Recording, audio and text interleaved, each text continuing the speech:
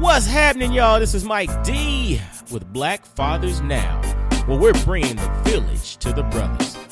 Every couple of weeks, you can look forward to a quick inspirational message or a thought-provoking guest with knowledge and wisdom, all geared towards helping you be the best father that you can be. We're bringing the village to you. Now it's your turn to do something with what you learned. All right, y'all. Let's go.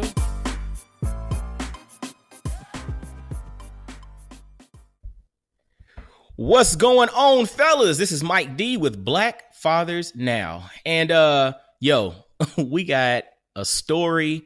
We got a story for your tale today, man. We got a brother on the line that he's really accomplished. You know, he's got all these salutations behind his name and been all over the place, done all this kind of stuff. But he's also had a journey that that will make you step back and really reevaluate your life. And the brother that I'm speaking with today is none other than my man, Dr. I got to say Doctor. We used to call him just T Bates, but now he's Dr. Tierney Bates. And well, my man Tierney Bates, Dr. Tierney Bates is a husband and a father. He's also the Assistant Vice Chancellor for Student Affairs at North Carolina Central University, representing them HBCUs. The brother will be a university president one day. We're going to go ahead and claim that one day right now. So y'all are listening to an interview with Dr. Tierney Bates. So when he becomes a university president, you can say you heard about him or you learned of him on Black Fathers Now. We're going to claim that right now. But among his many affiliations, too many to list. I mean, he got like 5 pages of bio for me to copy from, but he's a member of Phi Beta Sigma fraternity. You're afforded one mistake in life. We'll let that slide. I couldn't resist, man. He's also a Higher Education Leadership Foundation ADA cohort fellow of 2018 and is in the Center for Minority Serving Institutions Aspiring Leaders Presidential Fellow Program. So you know somebody's affiliated with some type of higher ed when they have like titles of programs that they're in that have like 55 words in it. You know that's a Oh, I'm just playing. But real talk, if that wasn't enough, a couple of years ago, he was dealt a health blow that really helped him to put life into perspective. So fellas, with the Black Fathers Now family, I would like to welcome none other than Dr. Tierney Bates. T Bates, what's up, man? What's going on, Michael Dorsey? Appreciate you, brother, for having me on, man. Great introduction. You know what I'm saying? You always got those zingers in there, so I got to give you some love, though. But you've been my man 50 grand since back to the Knoxville days. Definitely. Yeah, man. We bring it back to Knoxville, Tennessee, when we used to all kick it and, the house parties and all that good stuff. So, yeah, we go way back. Good times of maturing and coming into our own, as you can say. So. Man, see, that's the politically correct way of saying it.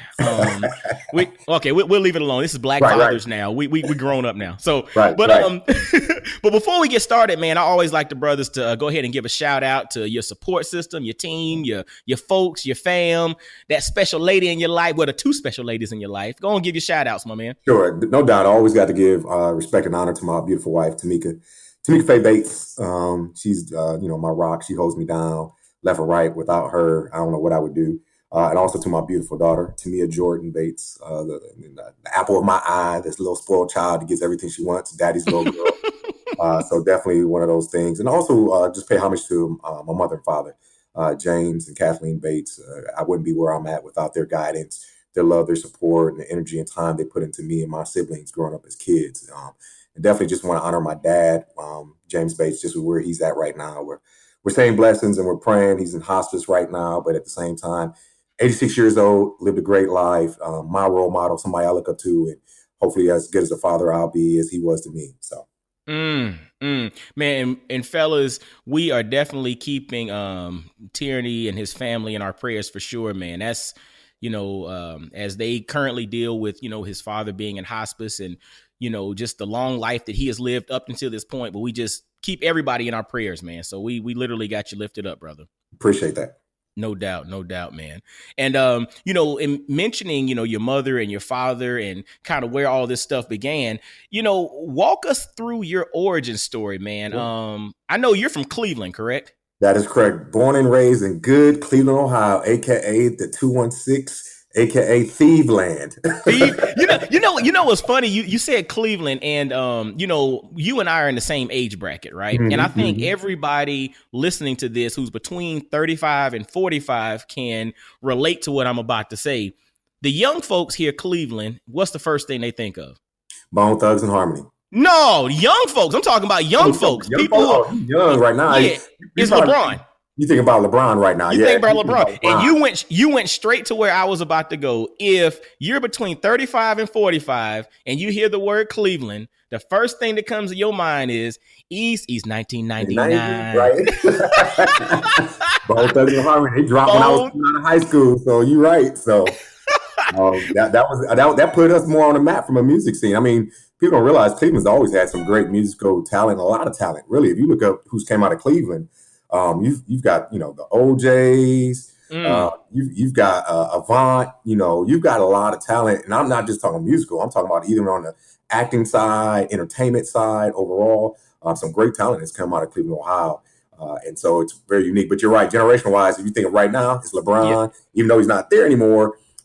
Playing for those good Lakers, what he did was bring Cleveland back on the map underneath the Cavaliers. And of course, if you're in our generation, you think of Bone Thugs and Harmony, all that great stuff. But also, if you think of Cleveland, people think about the Browns, the sorry Browns. I'm a ride or die with them, even though they ain't won nothing, but they looking too good this year.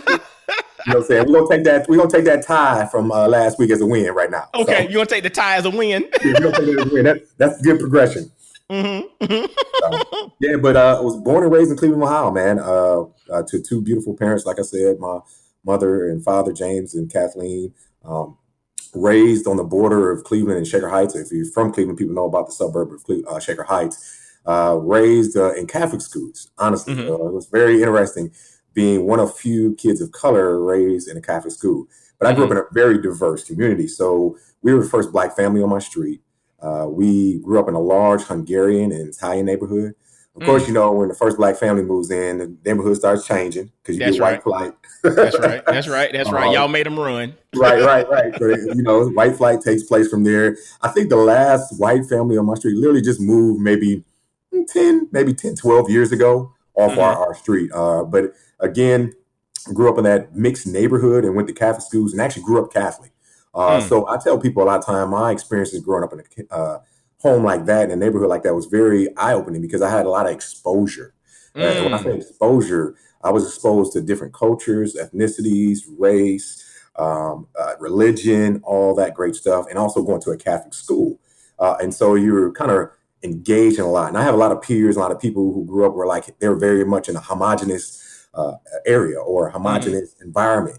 And so unlike me and my siblings, we were able to grow up, and my dad was a business owner. So we were able to, walk into certain doors and go into certain places based upon my dad's connections and people he knew. And also my mother was, the queen mother of the socialites in some regards at the time. And so they had a lot of friends that not were only African-American, but they had Italians, Jews, all that across the board. They were friends with the family. And so we grew up. My best friend growing up as a child was Andy Lotsko. And Andy was a Hungarian kid that I grew up with. And then I've got a couple other friends, Jerome Cargile, my good man, Akil Brown, other guys I grew up with. And we all came from different perspectives of the city because we went to Catholic schools. And so I always tell people I was exposed to a lot, which made me have a more worldview, I guess you could say, when I got to college. And when I went to high school, I went to two high schools. I actually started off at St. Ignatius High School. A lot of people know about St. Ignatius if you're in Ohio because of their football program. They're always winning state championships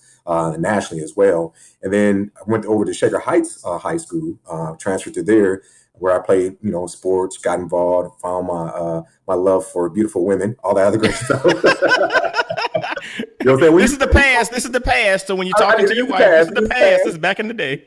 You got to think about it. You grew up in a Catholic school environment. You wearing the same kind of outfit every day. You're not looking at girls. You're just having fun. You're playing.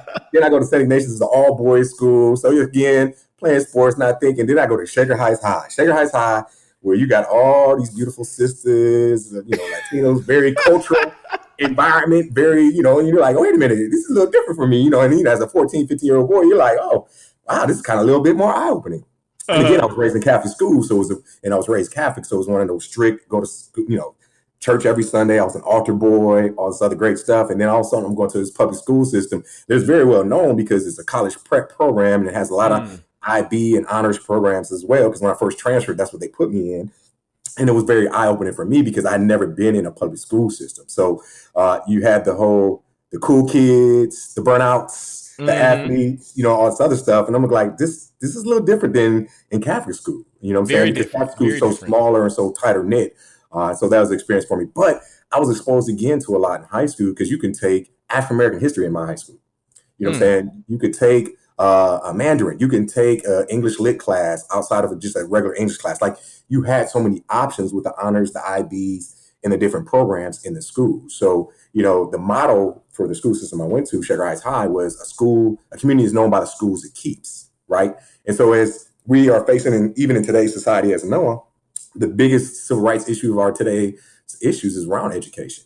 We've actually gone backwards, and I can get in more into that later on in our conversation. But we went from segregated schools to desegregating, which was a gift and a curse, to now going back to more segregated schools probably than ever before, and still dealing with some of the same issues we had. But I think Shaker was a model because at the time I was there, I think Shaker was like 70, maybe 70, 30, 70 white, 30% African American, and then you had your sprinkles of others in there as well. But it was a model community. And it was a model school system. It still is. A lot of people, if they move to Cleveland, that's one of the school systems they want to put their kids in because it's very well known. 90-some% of the students who graduate from them are going to college. And so, if I look at some of my classmates that I graduated with, I got doctors, lawyers, business owners, CEOs out of my class of 1995. And so It's just very interesting to see where people have gone. When you grow up with other individuals and just see where they've gone and be successful. I just went back not too long ago just to visit my high school because I was in town, and I was just like, wow, it's changed, brand new facilities, all this other great stuff. So it's very interesting. And I do donate back to the foundation there because I believe in what they do as far as the education is concerned there. And so it blessed me to prepare me to go to college and probably prepare me to where I am today in a lot of different ways. To have that exposure, I go back to saying, and experiences that I can talk about in different lanes and meet people where they're at. So, you said something there. This is so important, and the fellas listening, I want you to pay attention to the notion of him being exposed to different things growing up, right? And I'm of the belief that exposure leads to opportunity. Because exposure allows you to see things differently. It allows you to open your mind up to different perspectives. But the thing is, the different perspectives and perceptions that you already have, that exposure allows you to confirm and or deny what you previously thought, right? To me, that's the importance of travel. When you go and you dive into another culture, everybody tells you it's dangerous over here, or they're this type, or they're that type, or this type of people only likes this. You have the opportunity to confirm and or deny by being exposed to that. So exposure is extremely important. And what Tierney just mentioned a second ago that was important was that exposure allows him to walk in a room with people of all backgrounds, of different beliefs, of different socioeconomic status, of different experience bases, and he can connect on some way, shape, or form, because he wasn't just raised in a homogenous environment where everybody thought the same, everybody did the same. Pay attention to that, fellas, especially when we think about the raising of our kids. Yes, It's comfortable to be around, things that are very similar and familiar. We love R&B and hip hop, so we want to make sure R&B and hip hop is playing everywhere we go. We love seeing folks that look like us. We love this. We love that. That's cool. There's nothing wrong with that. But don't omit the benefit of exposure to different beliefs, different thought processes, different experiences, because that allows you to grow. It's so funny. It's so funny you mentioned that, Mike, because I think that's one of the biggest things you just mentioned about raising kids. So even where I'm at, we both have kids, and my daughter, I'm making sure that she's exposed to a lot at a young age, kind of like my parents did us. But at the same time, I want her to recognize her African American heritage. Yes. Be cognizant of our African American history and be proud to be a young Black woman. That's her right there, isn't it? Just walk in the door. say, hey, what's up? Say hi. Hi. How you doing? Say hi, Mr. Mike. Hi, Mr. Mike. You tell she's daddy girl, so she know. I told her, I was like, hey, I'm about to do something. You got to be quiet. I'm going to go in the room. You just go play with mommy. Of course, she can't stay away from me. So It's all good. Look, man, this is Black Fathers Now, man. It is all good, brother. Exactly. So yeah, so answering that, basically, we got her in a school, that I think that is very diverse because it's not just, African American kids, it's white, it's Indian, it's all that great stuff. But I still, like I said, I want her to recognize, like when she walks tall, she's representing this family, and then she's representing a strong African American family from there. So I have no qualms, no problems of recognizing that because I walk on the shoulders of many, not just my parents, but my grandparents, the elders that were there before us, those who fought for us to have these freedoms and things that we want today. So, fellas, again, that's a jewel that you need to park on and think about. Yes, it's good to be exposed to other things, and exposure leads to opportunity, but you also need to know who you are. You need to know who you are. I did an episode, it was a few months ago with a brother, David Jai. He's from Senegal. And in the interview, I asked him. David from Tennessee. Yeah, Dave. Yeah, Dave when you were there. Yeah. Mm-hmm. And so I interviewed Dave a few months ago. And one of the things that we talked about was the difference that he perceived from, African Americans and those of African descent that were actually born in Africa. And he's paused for a second and he just said, I walk with a level of confidence because I know my history. And he talked about how when he would go to the summers, his father would send him back to the village and he would go and sit with some of the elders, and the elders would tell Dave about his great-great-great-grandfather and what his great-great-great-grandfather meant to the village. And he got this rich history sitting under a baobab tree regarding the value that his family brought to the village. So he always knew the true value that he brought to the table. And for us as African Americans, as, men of African descent born in America, for us, the issue with our history is there was a kink in the chain called slavery. Right. And so for us, a lot of us, unless we're very intentional and we've done the DNA and done the whole family research and all of that, a lot of us don't know where things began prior to slavery. Right. If you do your history and you go to ancestry.com and you start filling out a family tree for the Black lineage, when you get into the late 1800s, stuff gets murky. Right. You can't find records. You can't find census data. You can't find property records because you were property. Right. But the thing is, we also have to realize from an empowered perspective that our existence did not start in the hull of a slave ship. Our existence started way before that. That was just a kink in the chain in our journey. That was a part of it, but that was not the beginning of it. And that's not the entirety of our history. So you make a very valid point of her being able to walk strong and powerful, knowing the lineage, knowing the deferred dreams that are carried, in her backpack as she goes to school of those that came before her. That's extremely important. Exposure is good, but knowing who you are is just as good, if not more important. No doubt. I tell her every day, I give her a hug and kiss and tell her I'm raising the first African-American woman president. You know what I'm saying? It might be one before her, but at the same time, that's the mindset I want her to have as she's growing up, that she can do anything. So funny because she calls herself Dr. Tierney Bates because she has this whole little kit of doctor stuff and everything. So it's very unique from there. Okay, baby.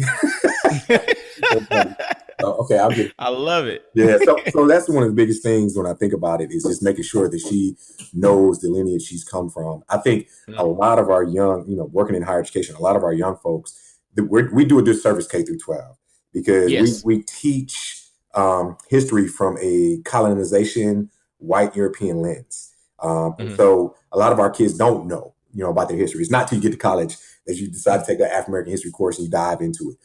It's not until you get to exposure somewhere from somebody that teaches you something. So as a person who teaches courses at the college level as well, I always try to implement it into my students how they should walk tall, how they come from greatness. Don't believe all the hype because, America will have you believe, we're all rappers and gangsters and all this other stuff. And I tell people I'm rocking with guys like Mike Dorsey, people I know that are listening to this as well that are real good Black men leading homes, being great providers, being great leaders in the community, all that great stuff.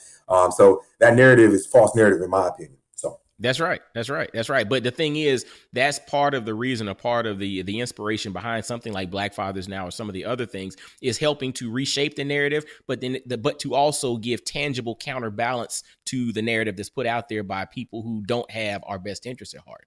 So, you can't drive out darkness with more darkness. You have to drive it out with light, right? Right. And so to that point, when we start creating things and we start putting things out in the world, we have to be very intentional about creating the narrative that really shows the counterbalance to what's really out there, because the negative stuff is already there.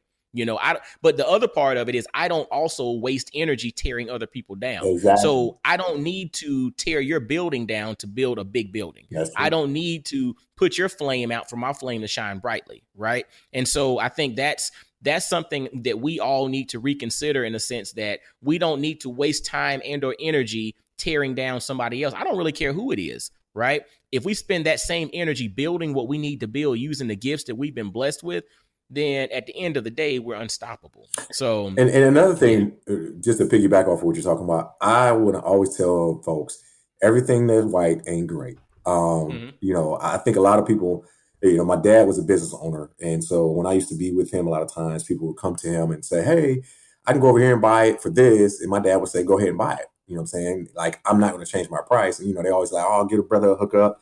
You know what I'm saying? He was like, you don't go to the white man and tell him that. My dad used to crack me up. That's real. But it was real. So, when I talk about a lot of different things, I tell people we've been raised in a country where we think everything should be, it's been whitewashed when it's not the truth from a lot of ways. And so we got to understand that our Black perspective counts, our Black opinions, everything we do economic wise, that's a big impact overall.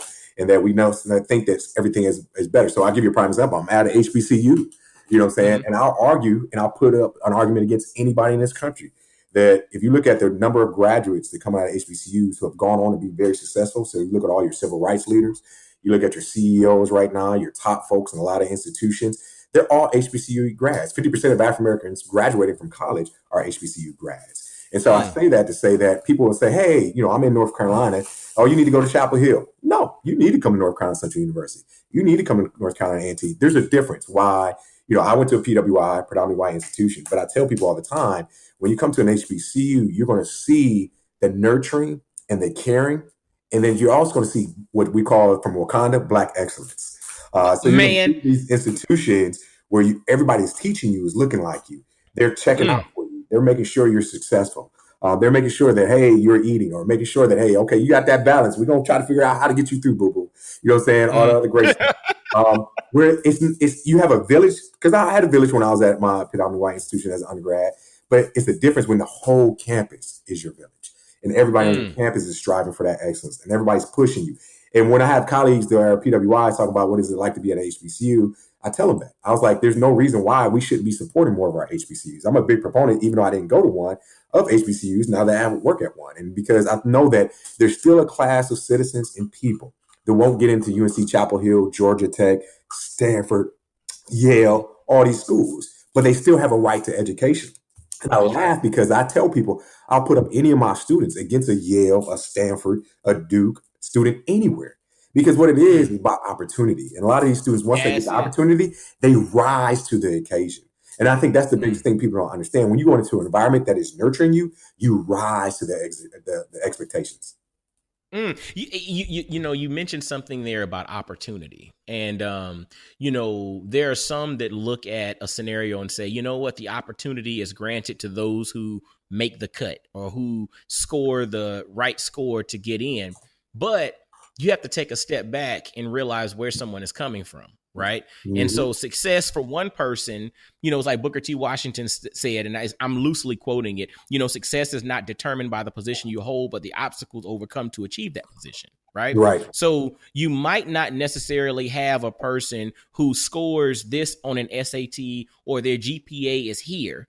But if you look at the full body of their work and you analyze their potential based on the fact that maybe they had to work a little bit to contribute to the household, or maybe some other things or some other dynamics are going on, the only thing separating them and their scores were these other dynamics that aren't necessarily quantifiable on an application when you just look at numbers. So to your point, affording some of those people, assorting some of those students, those potential, scholars, opportunities is something that needs to be done. But you need to have some type of need to have some type of system where you can take into account things that aren't necessarily just numerical and quantifiable on an application, right? Mike, you hit it right on the point.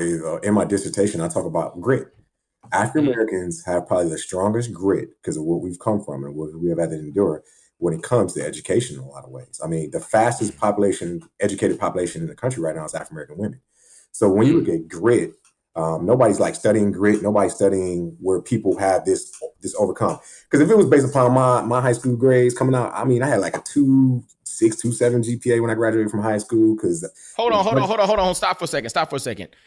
Hear that. He had a 2.6, 2.7 coming out of high school, and I'm speaking to Dr. Tierney Bates. And that's my point. Continue. And that's not my whole point. So, I think I had a 19 ACT, whatever like that. And I just didn't apply myself as much as I know I should have. Because again, like I told you before, I took an honors and IB class, but I was just, hey, let me play sports. Let me be kind of the cool kid. Because now I'm in a public school system. But when I got to college, I got real serious and got real focused. And here I am sitting with 4 degrees later. And that's why people can't tell me that it's not impossible, right? And that grit is important. Going through to get 4 degrees is not an easy task. And sometimes I think I was crazy doing 4 degrees, but at the same time, I knew where I wanted to be. I knew where I wanted to go, what my long-term goal was, short-term goals as well. And I knew that I had to have those credentials behind my name to get to those. So that's why it was important for me. So when we talk about giving those low-income, first-generation students access, you never know who they become. They can become the president of the United States. Mm-hmm. That's real. But they have to have the opportunity. You have to have the opportunity. And giving the opportunity does not necessarily guarantee outcome, but everybody should be at least guaranteed the opportunity. Dude, that's powerful. And then you mentioned briefly, you said you needed 4 degrees to get to where it is you're looking to go. What is that ultimate goal? Where is it that you're looking to go?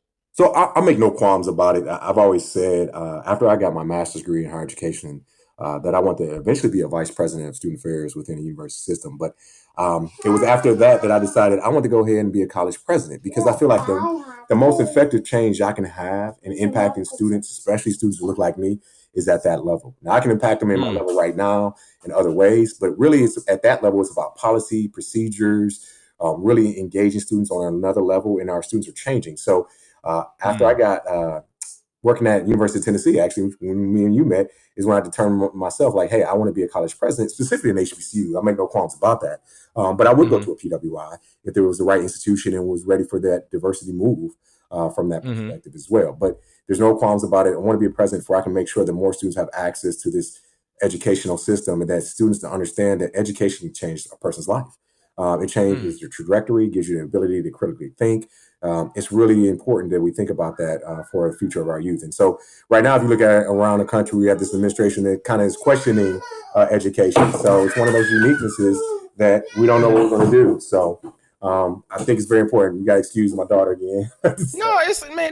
No excuses, man. This is Black Fathers now. You are a father, brother. It's all good. So eventually, hopefully one day a college president. So not hopefully. We'll one be. day. We don't claim it. We don't claim it. We claiming that, brother. We claiming that, and you never know who's listening. It might be somebody that's ready to bring you in right now. I'm ready.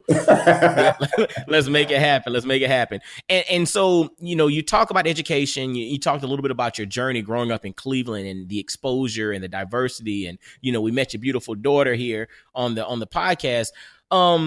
Now let's take a turn because you also a couple of years ago had a health issue that almost derailed all of this. Very true. Talk to us a little bit about that, man. Like how, just walk us through that particular story, man. So, basically on this trajectory, which is very interesting, I'm at the time working on my doctorate, and actually my daughter was just born at the same time, and, go to your routine checkup. I was diagnosed this is 2018, so about 4 or 5 years ago with diabetes. I go to another checkup, probably 2-3 years after that. Again, started my doctoral program. My daughter was just born, and they say, "Hey, you have kidney failure." And I was like, well, "Really?" They're like, "Yeah, we're noticing your kidneys are keep dropping." So I went from like 97% in about 6 months down to 60%. and which is really still good function, but it was like, we got to monitor that. And then before you know it, I dropped from 60% down to 40%, and it was kind of more of a rapid thing, which was interesting because it went from a rapid thing to a holding place as well. So through that process, my whole life, you could say, flashed in front of me. It was one of those things like, wow, I have a newborn daughter. I'm trying to finish this degree. Had just got married a little bit before that as well. So I have this beautiful wife, beautiful daughter, trying to finish the degree. And then I get this news that, hey, I'm suffering from kidney disease, and most likely my kidneys will fail, and that I'll have to have either a kidney transplant. And if I don't, I'm going to have to go on dialysis. And so all that goes through your mind. But hold on 2 seconds. How old were you I when was this 30, happened? Let's see, 36 or 37. I think it was 37. Wow. So fellas, this is not this. I'm not talking to, no matter what his voice sound like, he's not like Billy D. Williams and nothing. He's not. Look, you feel like you're talking some Colt 45, right? No, when, this is not an old brother, man. He's talking about in his 30s, he got the devastating news that he was in kidney failure. Mm-hmm. Just had a little girl, just married, in the midst of his doctoral program. Excuse me, sir, your kidneys are failing. Right. And it was, I didn't know how to deal with it. Honestly, if it wasn't for my wife, I probably still wouldn't know how to deal with it because, she has a healthcare background. She works in healthcare. And it was emotional, so for a minute I had to have this whole sit down and think through myself, like, okay, what's going to happen to me? So, they start having this conversation with you, the doctors, and they actually assign you a case manager and all this other stuff. Like, hey, you got to get your will in order. You got to think about who's going to be around, for your daughter and for your wife. Like, you really have to start thinking through those processes. And you're thinking like, hey, I got this baby girl that I'm holding in my arms that might not have a dad around in a couple of years if I don't, either one, get a kidney, or, everybody I know that's on dialysis, it takes 4 or 5 years. And I've known people who died off of dialysis. Mm-hmm. So you start thinking that, and it goes through your mind, and you're thinking like, wow, I'm going to fight through this. You know what I'm saying? I'm going to make this happen. But it was still one of those things that was internal for me, because it was not only internal for me, but then I started letting my family know. And it was still internal there. So, my parents knew, my brothers and sisters knew, a few of my cousins, but I still hadn't told all my friends. And so it was my wife that kept saying, hey, you need to tell people, because we either got to find a donor, or we have to get people tested to find for you. So she convinced me to say, hey, you need to come out, share your story. So I first went to my friends, closest friends, like, hey, I got to let you guys know that. And they looked at me like, really? Wow, shocker, as well. And then, I made the whole social media huge, and from that perspective, because at that point it was like, hey, I really do need to find a donor or somebody willing to do some things. And so me and my wife sat down and we talked about a strategy of trying to raise funds where we can actually buy a kidney from somebody. It's sad to say, but people were telling us all kind of things like, hey, somebody, paid $50,000 for somebody to donate for them. Somebody paid. Wow. So our goal was like, could we raise $25,000 to $30,000 to at least offer money to somebody willing to give us a kidney if we can't get a matching donor or be on a list? The good thing was, when I was going through this process, was that since I was younger, I was moved up to the top of the donor list. Okay. Because most people that need it usually are in their later life years, in some regards. And so I was moved up, but at the same time, my function paused. And when I say pause, but once you get below 20% is when you're allowed to be put on the donor list. So I wasn't at 20% yet. So I paused at 23% for almost a year. So it was crazy, because they're like, we can't put you on the list. We're preparing you, but we can't put you on the list until you drop below 20. And literally for a whole year, I just held at 22, 23%. Which was a good thing in some regards, I'm saying, from making sure that I was still functioning. And that, but you couldn't get on the list. Like, I'm gonna get on the list, right? That's right. And so finally it dropped to 19. I was able to get on the list, which was also a funny time, because I was able to get on the list. We were living in Louisville, Kentucky, got on the list. Now you can get on multiple lists, right? So you can go and try to go to other states and get on a list there. You just have to be within so many hours in case you do get transplanted. And then a career opportunity came up, because in the back of my mind, I'm like, I'm still going to focus on my goals. Like, still going to take care of my family. I'm still going to finish this degree. I'm still going to want to be a president. So I have to prepare myself to think like that versus thinking about the negative. So I'm still hold on, stop right there. That's interesting, because in the midst of this devastating health information that just came about, you're like, you know what? I'm still going to pursue my goals. I think that's what kept me going. Honestly, I do, because Wow. I realized that, hey, I can live in this sorrow. I can walk around sad. And don't get me wrong, I probably was. You talk to my wife, she Mm-hmm. probably thought I was. But at the same time, I was still saying to myself, hey, I'm focused on still meeting my goals. Because, hey, if everything works out, I still need to be aiming towards what I want to do. You know what I'm saying? That's And right. showing my That's right. daughter and showing my family, like, hey, anything is possible from that perspective. And so still focused on that. And so in the midst of all that, I'm getting on the list. I'm getting, doing all the procedures. So getting to put official in just in case I got to go to dialysis, doing all that stuff. And in the midst of that, I get a job opportunity to come to North Carolina. And I laughed, and my wife looked at me like I was crazy. Like, are you serious? Like, we're in Louisville, Kentucky. You're on the list here. But I knew being in Louisville probably would take a little bit longer because they tell you about 5 years is the average person waiting on a list. And I was like, you know what? This is still a great career opportunity. So I had to go back to her and say, hey, look, I still want to move forward with interviewing for this job and this opportunity because I feel like we'll be in a great situation. So if you don't know about where we're living at in Raleigh-Durham area, Durham is called the city of medicine. Duke is probably one of the top 10 hospitals in the country. And so when we did our research triangle. Yeah, exactly. We did our research. It was a win-win. So it's like, hey, not only will we go from University of Louisville and Sonata, North Carolina Central, but Duke is in the backyard and we can be registered with Duke as far as donors. So I can still be registered in Louisville and in Kentucky on the registration and then also here. But now I'm with one of the top hospitals, top doctors in the country. So my wife, obviously being in healthcare, got all my records, got everything together, sent everything to Duke, set up my appointments, and got me there listed as well. And from there, I took the job because it was like, you know what? I want to still keep my focus on my job opportunities, keep my focus on progressing forward, and not let this be something that's going to be a thorn in my side. And also show that, through faith and through God, things will work itself out. Because my wife would crack me up. I'd be like, you got to have some faith. You got to have some faith. And she's this daughter of a pastor. So, and I'd be like, sometimes you don't have no faith to be, to be the most religious person I know. So, and she'd be looking at me like, no, you just crazy. I was like, no, I got faith. I believe that things are going to work itself out. And it did. So making that social media announcement, telling my friends, a lot of people came up to me. I had coworkers in Louisville. I had coworkers when I got here say, hey, I'll get tested for you. Now, a lot of people will tell you they'll get tested, right? Because that's what you have to do. So when you have an organ transplant, people have to get tested. They'll tell you to get tested. Going to get tested is a different story. I had a guy I went through a leadership program with when I was actually in Knoxville. It was a national leadership program with the Urban League. He was the first one to call me and say, hey, bro, I'm going to get tested for you tomorrow. And I was like, for real? And he actually did. So he called up Duke. They sent him the kit because basically just getting blood and finding, starting that process. He made it to the second round and it was like, oh, he's not a match. Cool. I had a colleague at the University of Louisville, love her to death, Carrie Cole Smith. She went and said, you know what? I'm going too. She went, had it done. She got to the second round herself. They said, oh, not a match. And they both called me and told me. So I'm like, okay, that's 2 people down. Then out of the blue, my childhood friend, Akil Brown, called me and said, hey, I'm going to go get tested. Now, he's back in Cleveland, Ohio. And I was like, okay, cool. What you have to do is either go to a local lab core to get your blood drawn or they can send you a kit. He's like, don't worry about it. I got you. I had a couple other people call me, fraternity brothers, all that other stuff saying, hey, we're going to get tested. But you really find out who your true friends are in this process. Because I had guys that I rolled with for a long period of time and were like, oh, I got you, and never went and did anything. You know what I'm saying? Wow. And it's not an easy thing. I told them that I still respect them, still love them to this day. It's just one of those things that you have to realize that you're going to be giving up a part of you to save another person. And so long story short, Akil Brown, the guy I told you about, he went through the whole process. He ended up being a perfect match.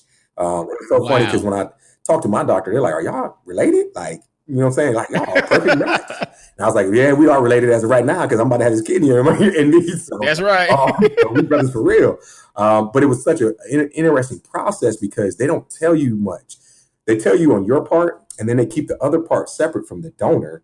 And the only thing you get is basically saying, hey, you have a donor, and we need to just work out a date where we can make this happen. So it was him telling me. He called me up and said, hey, I'm a match.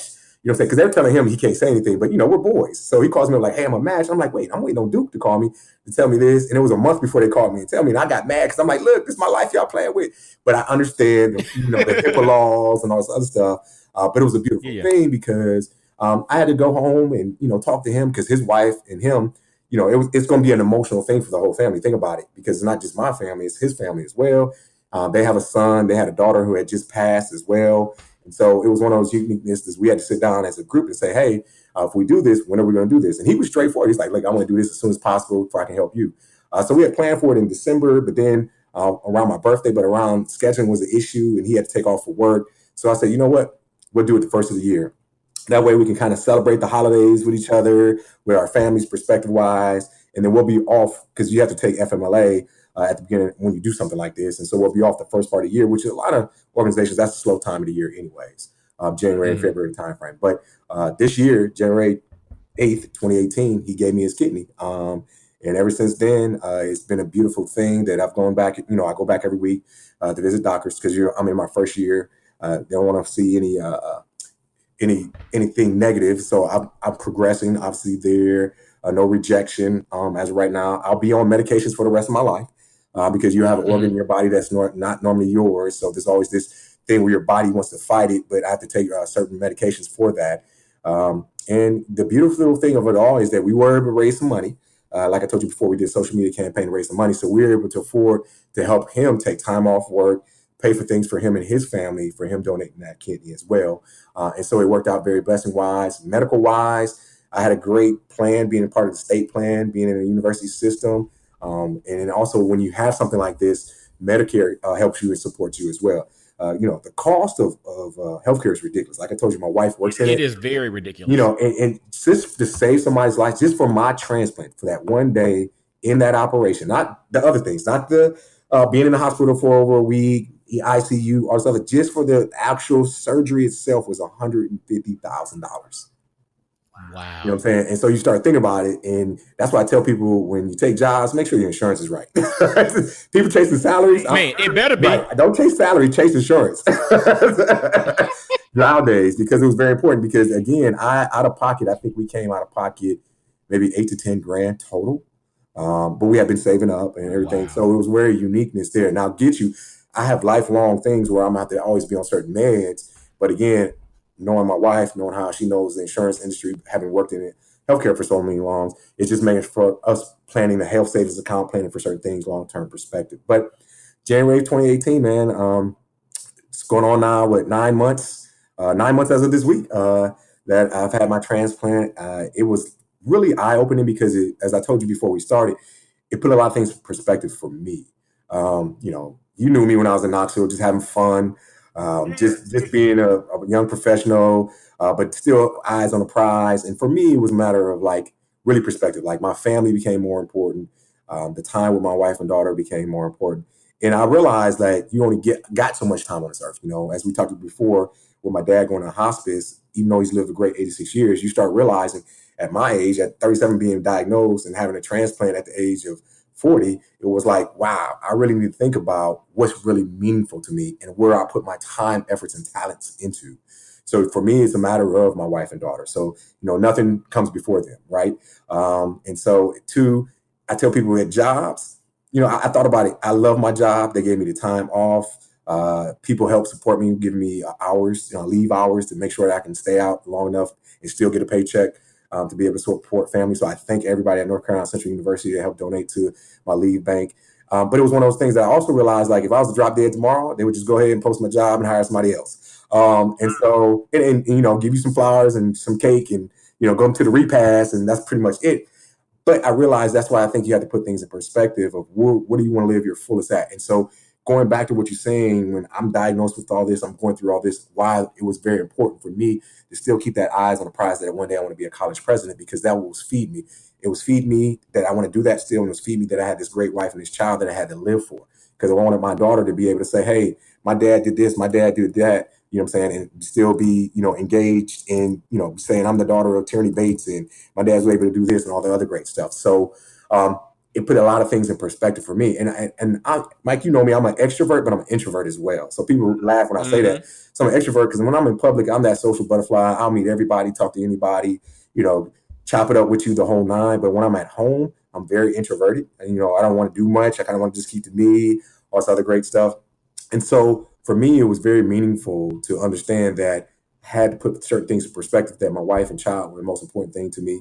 That family, my siblings, my mom, my dad, everybody that's still out there, my friends even, I had to, call them up and say, hey, you know what? I might not have told you I love you, but I've been knowing you for 20 years. And I want to let you know I love you. And I need to get it with y'all sometime. Like, I know you got kids and you got family and all this other stuff going on, but let me just see you once a year at least, to make I lost a friend about 4 years ago to suicide. He killed himself. And so that also was one of the things that was important. So as I'm experiencing this, remembering my friend committing suicide, all this other great stuff, I start saying to myself, like, I'm going to live every day to my fullest. I'm going to live every day with no regrets. I'm going to do the things I want to do. My wife was laughing at me a couple of weeks ago because we went to dinner. I think the bill was like $100 something because I just ordered everything I wanted on the menu, right? And she was like, well, you didn't need all that. And I was like, I know I didn't need it. And I know it's going to cost a lot, but at the same time, tomorrow's not promised. So I want to make sure that I can enjoy the now, live in my truth now, and enjoy my experiences now. So, we're planning trips to go to the islands. We're planning trips to take the baby to Disneyland. And we're trying to do all this other great stuff because I realize I want to live and live good, but at the same time, live in my experiences and do the things that I said I've always wanted to do versus saying, oh, I can do that next year, or oh, I'm going to put that off. And I'm not going to let finances or certain things get in the way. I'm going to make sure that we're smart about our money and do certain things, but I want to make sure that I can live my life to the fullest with no regrets. So fellas, pay attention to that.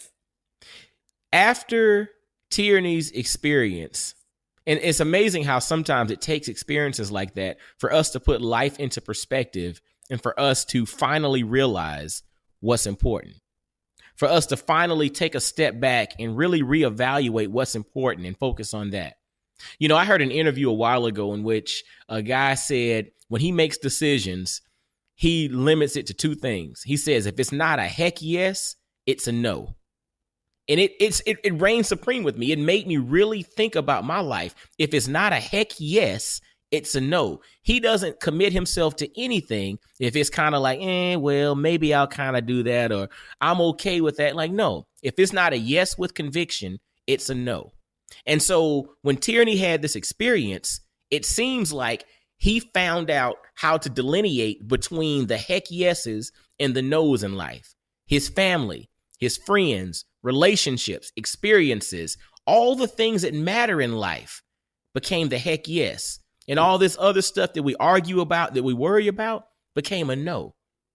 And so I guess for us listening, for the fellas listening, for the ladies listening, because we got ladies that tune in too, for all those listening to this, when you hear the whole concept of his experience and how that helped him to figure out what's important in life and to focus on that, is it going to take you having a traumatic experience like that to get to a point in which you take a step back and really reevaluate what's important in life?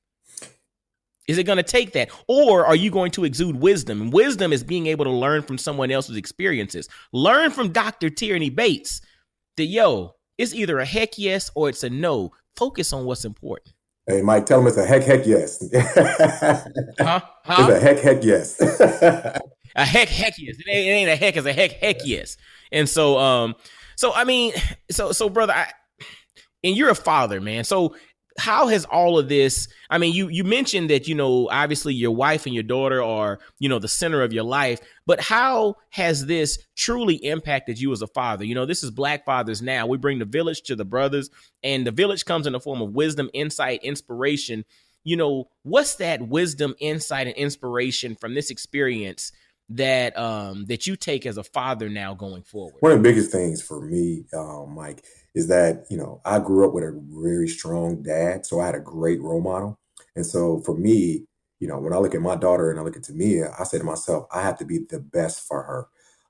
And that's every different ways, right? So I want to provide the best for her. Of course, she's going to be daddy's little girl. But I also want her to be able to come to me with anything, right? I realized that I don't necessarily need to be her friend, right? So I think that some people confuse that, right? You want your kids to come to you with everything. Yes, I want her to come to you, but she has to understand my role as her dad is to kind of teach her about life's intricacies and idiosyncrasies overall, and not necessarily be your best friend and think that's cool, right? You know what I'm saying? My dad used to tell me all the time, he was like, if you ever smoke drugs, do drugs or anything like that, I'm gonna kick your ass. Excuse me.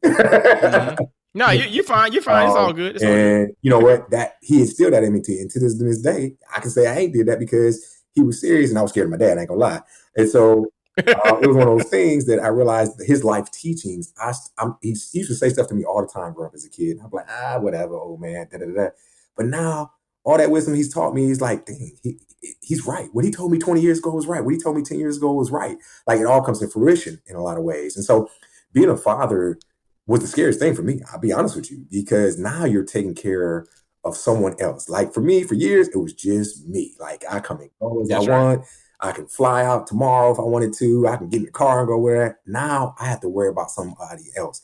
I have to worry about somebody bathing, eating, you know what I'm saying? Making sure they're getting their education, making sure she's going to bed, making sure that she's comforted and loved and all this other stuff. So when you think about that, I think about Black fathers, and I think we're probably the best dads. I'm not taking away from any other race. Mm-hmm. But I think when people argue about, oh, people have, you see these baby daddies type issues. I tell you, and I've seen somebody has done a study on it, that more Black men spend more time with their kids than any other race. And so I say that in the fact that one of the things I learned is time you can't get back. And so That's every right. time that you're with your child is very important, whether it's playtime, learning time, or just talking with your children is very important. Because I know this as an administrator at a university, I have a lot of young Black men that come to me like, hey, I don't know my dad, or I have a strange relationship with my dad. So I have students who really call me dad. I got one right now who's about to graduate from Morehouse from the graduate school who wants me to hood him. And that hit me right because he calls me dad, and it hit me because I'm like, wow, I've known this guy for going on 6 years now. He was a student when I was at the University of Louisville, and I took him underneath my wing. He stayed at my house. I fed him the whole night. And he calls me dad, even though he knows his own dad. Wow. You know what I'm saying? And they've had a strange relationship. But for him to call me up and say, hey, I'm graduating with my graduate degree, and I want you to hood me, that was huge, because it should be his mom. It should be his real dad. It should be somebody in his family, or a professor. He called me and said, you've been with me and riding through with me so long, and I respect you, and you gave me so much wisdom. I want you to hood me. So when I say that, I'm not only just a father to Tamia, but sometimes I'm a father, an uncle, and a brother to a lot of other men and other women that are youth that are growing up. And so what you do and the seeds you sow is very important. I've had students call me and tell me when I was going through my situation with my transplant, saying, hey, I'm praying for you. I'm going to donate to your fund, but you don't know how you changed my life. And I'm sitting there like, wow, really? I changed your life? What did I do? And they'll start explaining like, hey, that one day I came in your office and you talked to me about this, this, and this. I was about to commit suicide that day. And I'm like, whoa, it's hit me like, really? Like, really? Wow. And it's like, wow, that's heavy, because I didn't know I did that. Or, hey, I saw you walk tall. I saw you do certain things on campus in the way you carried yourself that I want to be like you. And so you've instilled in me. I didn't have a suit when I got to school. You took me and bought me a suit and got me some shoes and all this other great stuff and gave me a shirt and tie. I like bow ties. You gave me and showed me how to tie your first bow tie. And it's like amazing what you spread, right? Your legacy, the things you do, not only with your own children, but other children, other people's that you surround yourself with. And so I tell people, although I have a daughter named Tamia Jordan, I have a bunch of other kids that are at these institutions that I've worked at in the past that still to this day keep in contact with me. And I've been references and been, like I said, dad, uncle, brother to them in a lot of different ways. And so that's very important to me to realize that everything you do will impact other folks. And so the legacy you leave, you make a living by what you do and a life by what you give. And so it's very important for me to understand that the things that I've done to be able to give people to move on in life or do certain things in life that I didn't know I was doing at the time, but they saw that, was very important. So I hope for me, my daughter Tamia, she sees like, what, my dad has done great things, service for others. And so I want to walk in that footsteps one day and be a role model just like my dad. And I think one of the biggest things also for fathers is to understand that, as much time as we spend with our kids, let them be kids. That's right. I think nowadays we're in a society right now where we're trying to have these kids grow up real fast. Let them go outside and play. I remember growing up as a kid, we can go outside, play with the neighborhood, and then have to come back onto the street lights. We need to get back. That's it. Nowadays kids is on the iPhone, iPad, playing Fortnite and all this other stuff, but there's no interpersonal skills being built, right? I see that with my nephews. I was home with my nephews last weekend, and I'm looking at them like they was on Fortnite the whole time. And I'm like, y'all not gonna talk to your uncle? Like, hey, what's going on? Tell me about school. Tell me about what's going on. How's basketball camp coming up? And it's like a generation that's lost because they're so plugged in versus that interpersonal skills, which employers, since I have career services underneath me at my institution, tell us that's what students are missing. It's interpersonal skills and how to work with teams and groups and people and individuals and not think it's all about them. And so I want to be able to instill that in my daughter to say, hey, you're going to be a part of a team. You're going to be a part of this. You're going to build interpersonal skills where when you walk in a room, they know who Tamia Bates is for the simple fact you're going to have that confidence that you can walk in the room kind of like your dad does and just meet everybody and be the social butterfly. But at the same time, understand you're there to help serve and engage folks. And so it's very important for us as fathers to really understand what our kids need, but also learn and understand that our kids need to be kids as well and let them grow up and experience the things that we experience as fathers, as kids ourselves. And so it's very important. You know, she need to go outside and drink outside the water hose, even though her mama gonna yell at me. So you need to go outside and Man, you gonna a straight need. Well, you're gonna get yourself in trouble, man. That straight need, you know, getting that little neighborhood fight, and you know what I'm saying, get pushed on, there you go. all this other stuff. Like that builds character. That builds character. I mean, we gotta have those experiences. Right. I mean, fellas, listen to what Tierney just said. You make a living by what you do, you make a life by what you give, right? And as Black fathers, you know, we are of African descent. You have the old African proverb that it takes a village to raise a child. You are raising your own children as a Black father, as a dynamic Black father, but you're also raising the children of all those you come into contact with. You never know what word, what interaction, what little nugget of wisdom or just a minute of your time that you gave to someone, what that means to another kid. You are in essence helping to raise other kids as well. So by our actions, by what we do, how we do it, we need to be very cognizant of that we have influence. So as Black fathers, as Black men, it's not just your kids, it's all the kids that you have contact with. Whether you realize it or not, you are being influential. So take a note from the page of Dr. Tierney Bates and impact the world. Be intentional about impacting the world, not just those kids that live under your roof, but everyone that you come into contact with, because you never know who's going to need it. It's so true. It's so true. Be intentional. It's so true, Mike. I mean, I can think one of the things, my wife hates it, but you know, I try to invite some of the other kids over to our house that are to me as age, because I know for a fact their dads are not around. You know what I'm saying? So I want them to see a male role model. I want them to see somebody who's loving their mother, who's loving their child, the whole nine. And so they need to see that. And so again, it goes back to that whole exposure thing. If you expose kids to certain things, you know, a lot of kids don't know what a loving relationship looks like, right? And so they might grow up in a household where they're just with their mom, or they might just be with their dad. And so understanding what a loving relationship looks like, because I think that's another thing that suffers in our society, is seeing healthy relationships. And no relationship is cake, trust me. But at the same time, seeing a healthy one versus one that's very dysfunctional is totally different. And so if they can see healthy relationships and they can see them from men of color, it's very important. Big time. Especially when you got a daughter. That's it. What you talking about? But that, I mean, and it's like to kind of put a pin in that, man. That's one of the chapters in my book, Dynamic Black Fatherhood Manifesto, is I'm committed to growing in my interpersonal relationships. Because at the end of the day, we have to be committed to growing in our interpersonal relationships. And it's a continuous thing. It's not I did it 10 years ago, because we all change. We all grow. We all develop. As you watch your child grow and develop, who they were 5 years ago is not who they are now, and not who they're going to be 5 years from now. The same thing with your spouse. You know, when you met her, she was a certain way. She used to like this. She used to like that. You try to do that stuff now, she's going to look at you crazy, right? Because she's changed and evolved. But we are the same way as well. We're not the same at 40 or 38 as we were at 30 or 28 or 18 and 20. You should. I think Muhammad Ali said it the best. He said, if you're doing the same things at 40 that you were doing at 20, then you have not matured or grown. That's it.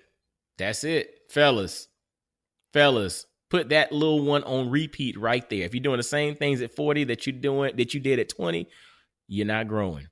Now, fellas, you know, lastly, you know, is there any way for folks to kind of get in contact with you there, Tierney, if they want to reach out to you and connect? Sure, Mike. So I can share with you. I actually, and I'm trying to recruit you eventually. I am starting the Crescent Group. And the Crescent Group is going to be a leadership / professional / motivational speaking group.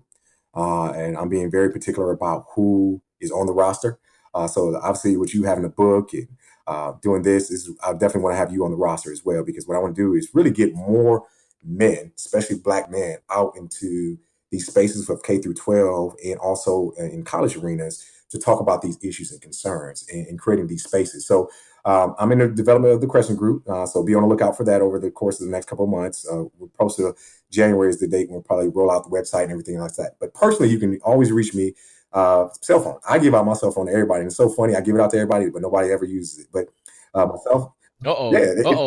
It's gonna be out there now, fellas. I give it out, and I laugh because like I give it to students, I give it to people I meet on the street, the whole nine, and nobody ever calls. So it's on them. And if you call, trust me, I'll pick up. We'll talk the whole nine. But it's area code 330-701 and the good 1914. That's 330. Oh Lord, have mercy. 1914.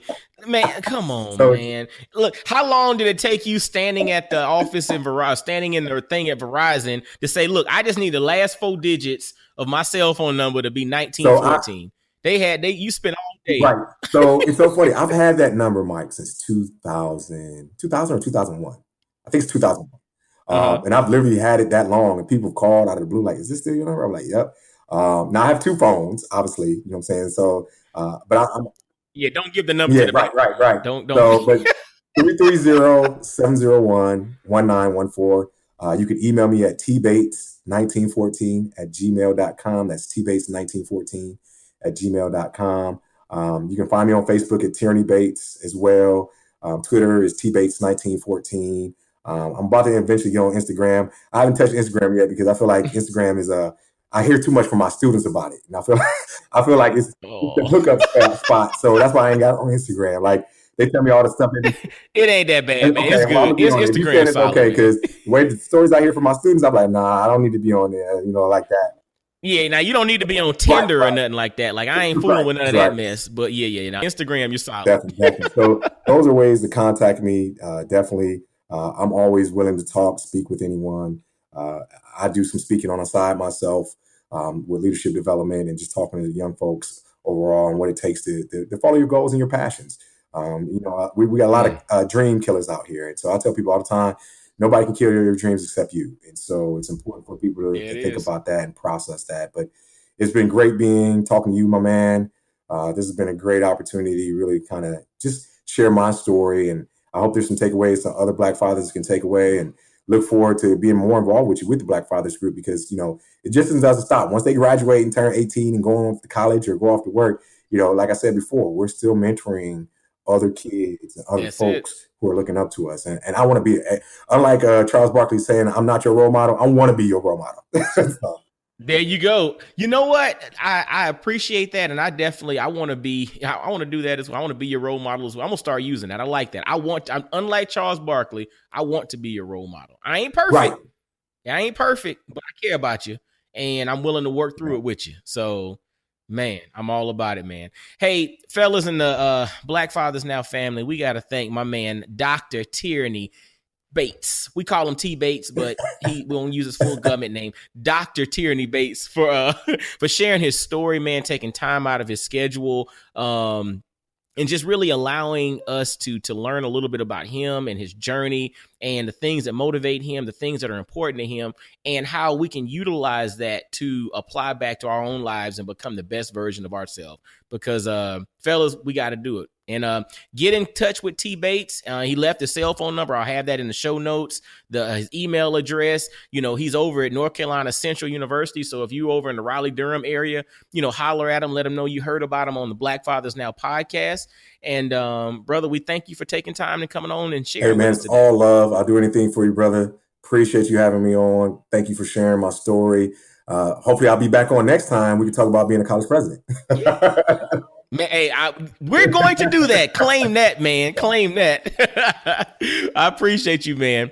And fellas, as always, visit IamMikeDorsey.com. Get at me if you're interested in me coming out and hosting an event for you, speaking, running a workshop. Get at me at IamMikeDorsey.com. Always visit BlackFathersNow.com. Subscribe to this podcast via iTunes, Apple Podcasts, Stitcher, Google Play, iHeartRadio, TuneIn Radio. Anywhere you listen to podcasts, it's on YouTube as well. However you listen to podcasts, subscribe, leave comments, leave ratings, share this with any brother out there that's looking to become the best version of himself so that he can impact the world in the way that, he's designed to do. This is also brought to you by Black Family Apparel. Visit blackfamilyapparel.com where you can grab some awesome apparel that helps to celebrate the nuances of the Black family. And fellas, until next time, y'all be blessed, well, and wise. And I'll holler at you. Peace. Yo, fellas, I hope you enjoyed today's episode. And always visit blackfathersnow.com as well as follow Black Fathers Now on virtually every social media platform you can think of. Instagram, Facebook, Twitter, everywhere. Just follow us and engage with us, man. Look forward to hearing from you. And I guess until next time, I'll holler at you. Peace.